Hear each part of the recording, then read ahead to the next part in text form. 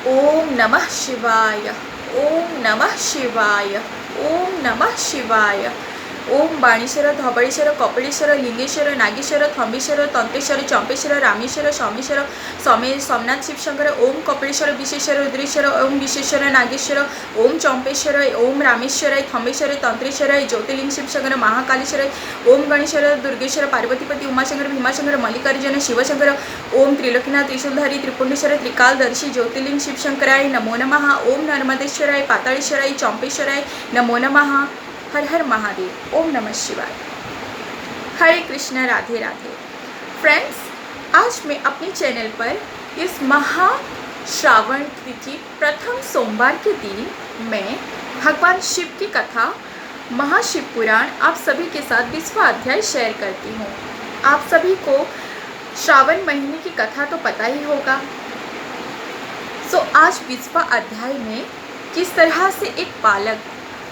तरह से एक मनुष्य अपने पाप कर्मों की वजह से शरीर पे शरीर त्यागता है और मनुष्य के गर्भ में आकर किस तरह जरा व्याधि से तकलीफ से गुजरता है, जो उसको कितनी सारी तकलीफ़ें जूझना पड़ता है। जब वो गर्भ में होता है तब वो भगवान से कितने वादे करता है कि वो जब जन्म होगा तो धर्म के पथ पे चलेगा, लेकिन जब जन्म होता है तो बालक बाहर आते ही भौतिक जगत की चपेट में आकर किस तरह से पाप कर्म में लुप्त हो जाता है।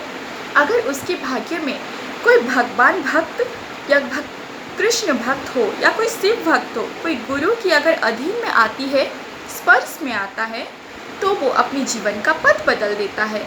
नहीं तो वैसी पाप कर्म भूमि में, क्योंकि ये भौतिक पृथ्वी ही एक पाप कर्म है जो मनुष्य को सिर्फ दंड भोगने के लिए भेजा गया है, जो यहाँ पर अपनी सारे कर्म पूरा करके अपने धाम को जाना चाहिए। पर यहाँ पर मनुष्य इस तरह भटकता है जैसे कि ये इसके बाद कोई जन्म ही नहीं है।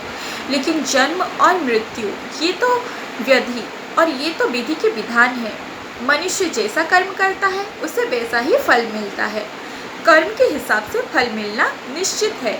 ठीक उसी तरह हमारी जो जीवन है, अगर हम अपने जीवन की हर परिस्थिति में भगवान को समर्पित करते हैं तो हमारी हर परिस्थिति में भगवान हमारे साथ रहते हैं।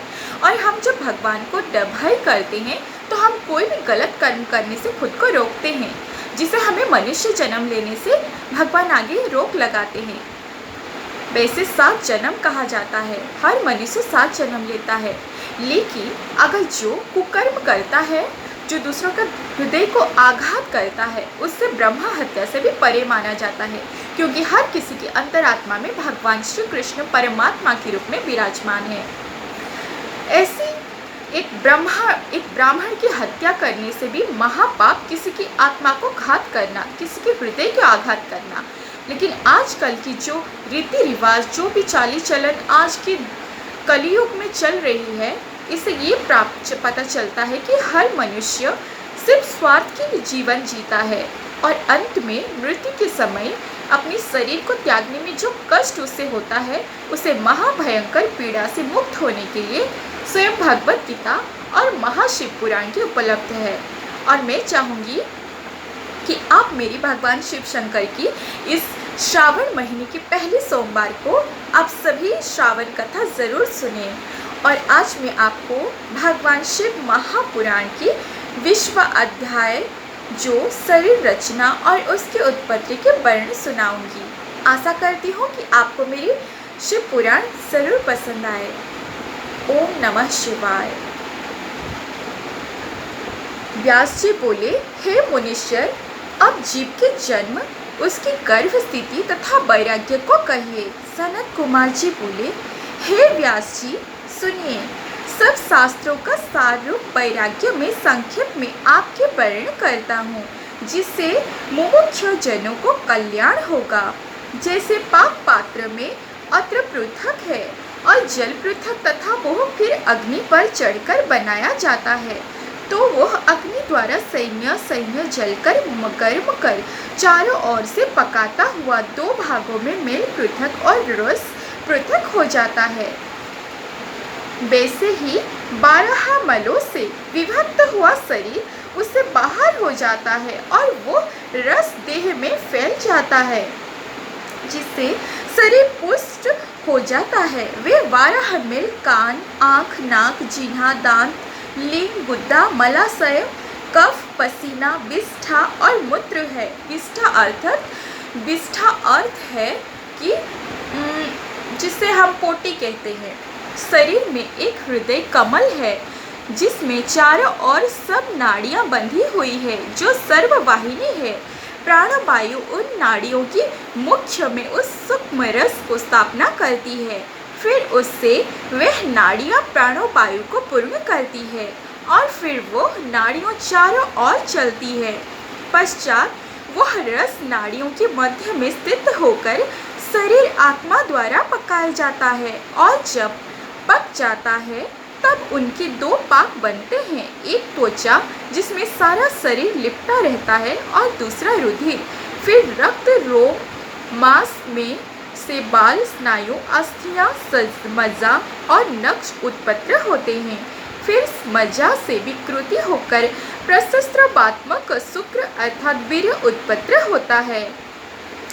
इसी प्रकार भोजन का परिपाक कहा गया है और अत्र से वीर्य और वीर्य से देह बनता है। फिर वही स्त्री के रक्त में मिलकर कारण से युक्त जीव की उत्पत्ति होती है।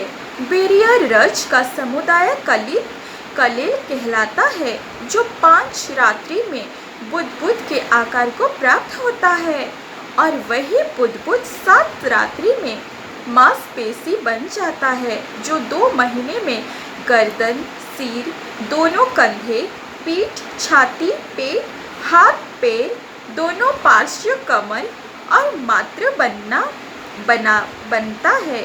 इन सब अंकुरों को संधियां हो जाती हैं। इसी प्रकार 4 महीने में यथाक्रम सब अंगुलियों हो जाती है। 5 महीने में मुख और नासिका और कान हो जाती है। फिर दांतों की पंक्ति, गुन्हा, नख प्रकट होते हैं और 6ठे महीने में कानों में छेद हो जाती है। 7वें महीने में गुद्दा, भेद, अपस्थ, इंद्रिय, नाभि तथा सब अंगों से संधियों हो जाती है। इसी प्रकार यह जीव अंग पतंग से पूर्ण हुआ परिपक्व हो माता के पेट में जेबरी से लिपटा हुआ स्थित रहता है और वहाँ माता के भोजन से 6 रसों को चुराकर प्रतिदिन बढ़ता है। और जब इसी प्रकार संपूर्ण शरीर बन जाता है तब वे स्मृति को प्राप्त हो सुख, दुख, निद्रा और पूर्व किए हुए कर्मों को सुपवित्र जानता है। तब वह जानता है कि मरने के पश्चात मैं फिर पैदा हुआ और पैदा होकर फिर मरा तथा इसी प्रकार मुझे अनेक योनियों में देखनी पड़ी, परंतु अब उत्पन्न होकर मैं इस शरीर से संपन्न कल्याण की ही कार्य करूँगा, जिससे फिर गर्भ में मुझे आना न पड़े। अब मैं सिद्ध ज्ञान का आविष्कार करूँगा। इसी प्रकार वह मोक्ष को स्मरण करता है और जैसे पर्वत से दबा हुआ कोई पुरुष दुखों से वहाँ पड़ा रहता है, वैसे ही उस जेर से लिपटा हुआ जीव दुखों से वहाँ स्थित रहता है।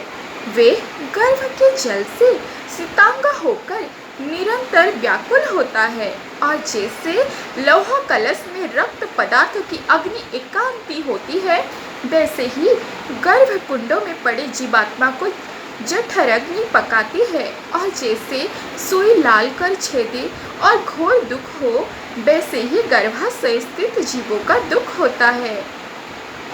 मनुष्य को जैसा अति घोर दुख गर्भपाश में मिलता है, वैसे अति घोर दुख उसे कहीं नहीं मिलता। सभी पापियों का यह अति घोर दुख मिलता है, जो उसके लिए बड़ा ही संकटदायक होता है। परंतु जो धर्मात्मा होता है, वे 7वें महीने तक ही यह दुख पाते हैं, क्योंकि वे 7वें महीने में ही जन्म पा जाते हैं।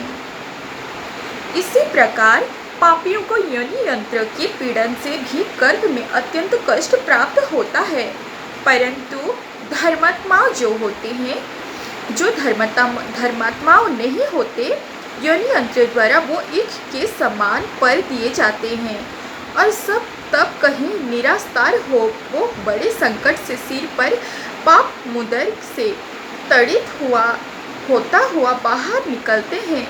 जो शरीर विष्ठा मूत्र से शीतांग अस्तित्व पंचुर मात्र विक्षात होता है और जिसमें 365 पेशियों तथा 3.5 करोड़ रोंगटे होते हैं, जिसमें 3.5 करोड़ स्थूल और सूक्ष्म नाड़ियाँ होती हैं जो दिखाई और नहीं भी दिखाई पड़ती हैं।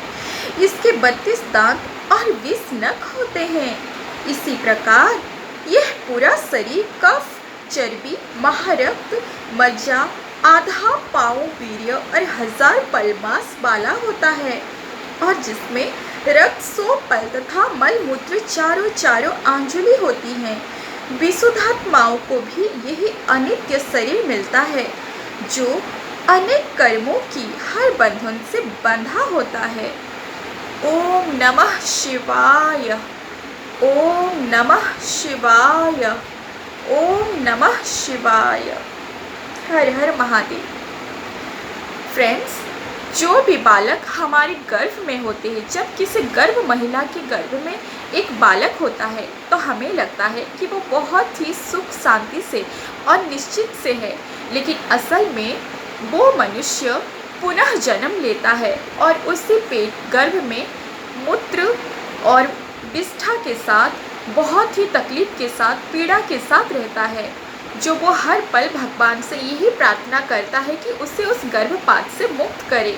वो धरती पर आकर पृथ्वी में पुनः पुण्यवंत कर्म कर अपने धाम को जाएगा। वो भगवान को वचन देता है और भगवान उसे शीघ्र ही गर्भ से बाहर करते हैं और बाहर आते ही मनुष्य इस भौतिक जगत में कदम रखते ही किए हुए भगवान को वादा पूरी तरह से भूल जाता है और पाप कर्म में लुप्त हो जाता है। ये कलियुग पूरा शारीरिक संबंध, सेक्स की चक्रा और मद्यपान और पैसे की लत में इस तरह डूब गया है कि जब मनुष्य अपने शरीर त्यागता है तो वो भगवान को ध्यान नहीं कर पाता, क्योंकि वो जीवन भर अपनी पूरी जीवन में धन के पीछे जाता है। धन कमाना और शरीर का लत लगना ये महाअधर्मी कर्म ही होता है जो मनुष्य को नरकी के द्वार ले जाता है। धन कमाना कोई गुनाह नहीं है, पाप नहीं है, लेकिन अगर आप धन कमाते हो तो उससे आप भगवान को अर्पित करना सीखो। जैसे कि आप कहीं करोड़ों दान करते हो, इसे दान ही नहीं कहा जाता।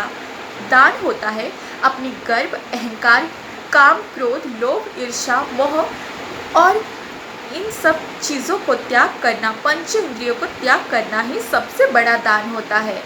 जो मनुष्य के पास खाने के लिए वस्त्र नहीं, खाने के लिए अनाज नहीं, पहनने के लिए वस्त्र नहीं, ऐसे मनुष्य को दान देना दान होता है, ना कि अनाथ आश्रम हो। अगर बड़े बड़े NGO में जो आप दान देते हो, आपको लगता है कि आपने दान दिया है, क्या वो उन लोगों के पास पहुंचता है जिन्हें आपने दान दिया है? नहीं। तो अगर आप दान देते हैं तो अपने हाथ से खुद दीजिए, जैसे कि उस मनुष्य को मिल सके, तो जाके उनका आशीर्वाद आप तक पहुंचेगा, जिससे आपकी कर्म बंधन से आप मुक्त होंगे। और रही बात धन कमाना, तो जो भी आप कमाते हैं, इससे आपके जीवन का जो भी लंच, डिनर, ब्रेकफास्ट हो, आप खाने से पहले भगवान को अर्पित करते हैं, उन्हें स्मरण करते हैं, तो आपके शरीर में जो भी भोजन जाता है वो पुण्यात्मा जाता है, जिससे आपके शरीर के अंदर की काम, क्रोध, लोभ, ईर्ष्या, मोह, अहंकार जैसी चीज़ों को दमन करता है, जिससे आपके हाथ पाप कर्म करना या आपके मुंह से कोई शब्द नहीं गलत निकला जो दूसरे के हृदय की आघात दे, क्योंकि दूसरे के हृदय को जो आघात मिलता है उसे भी ब्रह्म हत्या कहा जाता है, जो नर्क के द्वार रहती है। और नर्क मतलब सिर्फ मृत्यु के बाद नर्क नहीं, जीवित रहकर भी हम जिन कष्टों से एक वन बाय वन हमें तकलीफ़ें आती है, एक बाय एक तकलीफ़ों से जूझते रहते हैं, उसी को भी नर्क कहा जाता है। आज प्रथम सोमवार के दिन मैं अपने भगवान शिव शंकर की ओर से आप सभी को बहुत बहुत बधाई। ओम नमः शिवाय। हर हर महादेव। शुभ रात्रि।